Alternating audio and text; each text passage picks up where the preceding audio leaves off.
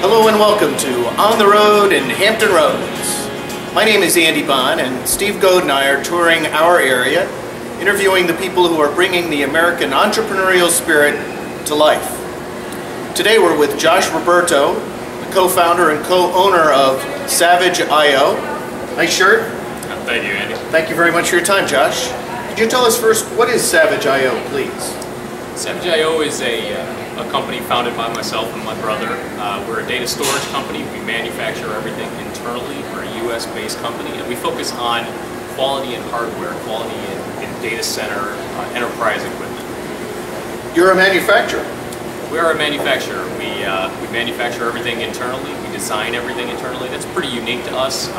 Most of the big companies out there like Dell and HP that we compete with, a lot of their manufacturing is done overseas and then shipped in. We're unique in that aspect in that we design everything from the ground up. We make everything. It's all US based. We design, build everything right here in the US, and we try to keep everything local. We're a veteran-owned company. Many of our employees are also veterans, so we really take a lot of pride in our USA roots and our veteran roots. And so what niche are you filling? Mega storage, or what is it, please? It is somewhat the mega storage. As you know, cloud is the big thing lately. Everybody's moving to the cloud. Well, on the backside of that cloud is servers and storage, like what we make. So that's kind of the niche that we are addressing, is the big data. As the needs for data expand and grow, the need for storage to house that data continues to grow, and it's a bigger problem for the industry because traditional legacy equipment isn't designed to handle the explosion of growth and the processing at the storage that's required to really be able to handle this data efficiently and in a fast manner. And that's really what we focus on, is quality in everything we do. Now you mentioned that you're veteran-owned. What advantage did the service provide to you? Well, I think the service really provided us multiple advantages. Really picked up my core skill set in the Air Force. My brother, who's a co-founder, was in the Navy. And we both picked up our core IT chops from the military. In addition to that, it gives you a lot of other benefits like moral fiber, work ethic, things like that are essential in starting and founding a business from the ground up. You really have to have those other personal qualities, professional qualities that the military instills in you that a lot of other business startup owners, they don't have that advantage. And where do you do your manufacturing, please? You said you're in the United States. Where is that? Our manufacturing is done up in Buffalo. The reason for that being, when we started the company, we took advantage of myself and my brother. Our father is a sheet metal manufacturer for the past 26 years. So we grew up in that manufacturing environment. So we have a unique skill set in that we have this foundation understanding of manufacturing, high precision, high quality sheet metal components. But we also have this IT knowledge that we got from the military and then school and higher education. So we're able to combine those two into a very unique skill set. And so our manufacturing is located up there in Buffalo, at our father's facilities, and we outsource to him right there in Buffalo. But you're based here in Hampton Roads. Right. Our executive offices are here in Hampton Roads. I've been here for the past 7 years now, since I got out of the military.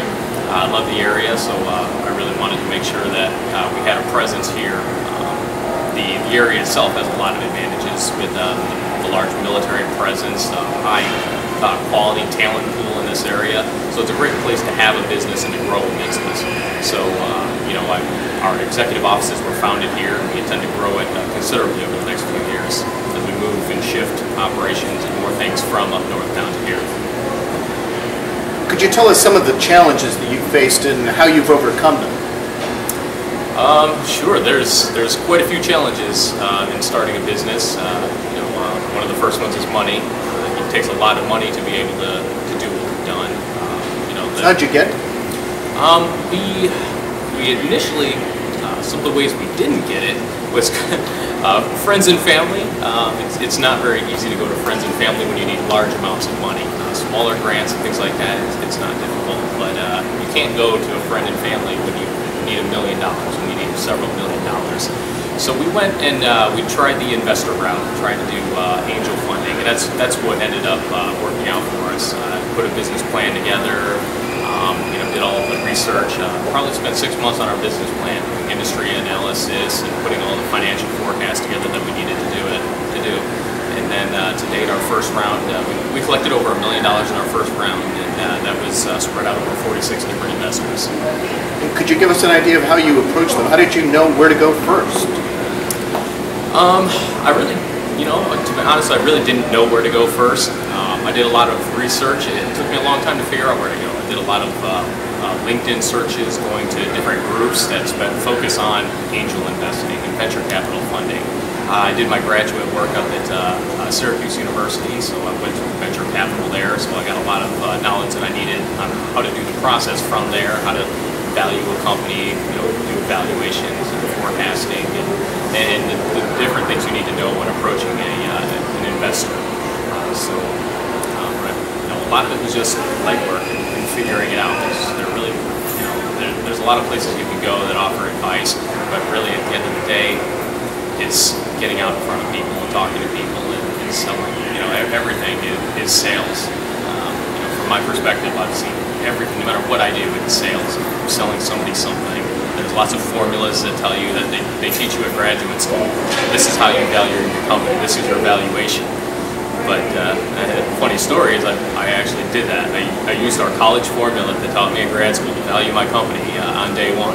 Put that in my business plan and almost got laughed out of the room when I told them my startup company is valued at $34 million because that's what the formula comes out. At the end of the day, it's worth what you can sell it to somebody else at. And that's really what I found out.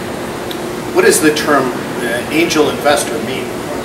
An angel investor is it's a high net worth individual that has spare money that he is looking for a more risky place to put in compensation for a higher return. So we had an opportunity when we first started. I was going the angel route and the venture route to see which one worked out. We actually had a venture group that wanted to buy us out completely in the first place, and then a lead angel investor. And that's really the lead angel investor is really what got us kicked off. Because he was able to kind of help us out and kind of guide us in the right direction or a direction in the first place. So he gave us options. So we had the venture capitalists that we could choose from. They are ruthless. I found that out. They are, it's all about taking control, taking ownership from you, and getting as much as they can out of you while you're vulnerable. So it was very very challenging starting out, deciding which route to go because it's you really don't have a choice. You need money, you need their money, but deciding what you can sacrifice to get that money and not giving more than they will take is it takes a lot of negotiating and some real cojones to be able to walk out of the room and say I'm not taking your offer when you might not have another offer. So it's a very interesting process. I learned a lot. The first venture group that we were in negotiations with, they wanted to come in and they wanted to put their own CEO in place, put their own CFO in place, put their own team in place. They wanted to immediately make us minority owners in the company. They wanted co-founder status. They wanted a lot of different things.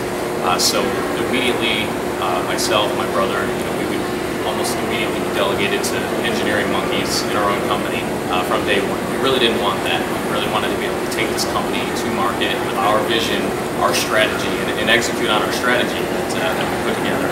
And we wouldn't be able to do that with them. So it was very difficult to walk away from the table because they were offering many, many millions, up to $60 million over the course of several years. It was very difficult to walk away from and choose the angel route, which is by far more challenging, but it's more rewarding when you are able to achieve a level of success and knowing that it's you were the one that was able to do that. So it's very interesting. It's exciting, and not one day goes by where the next day doesn't have a new challenge of something that you didn't know. Angel investors, though, aren't. It's not philanthropy. It's not a donation, though. No, it's certainly not. It's an investment in the company. Each of my investors has a % ownership in the company. that goes back to the valuation. How much did we value our company at?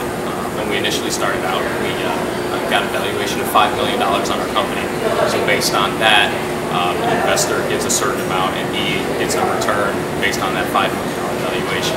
So our first round, we collected $1 million, so we gave up 20% ownership in the company for that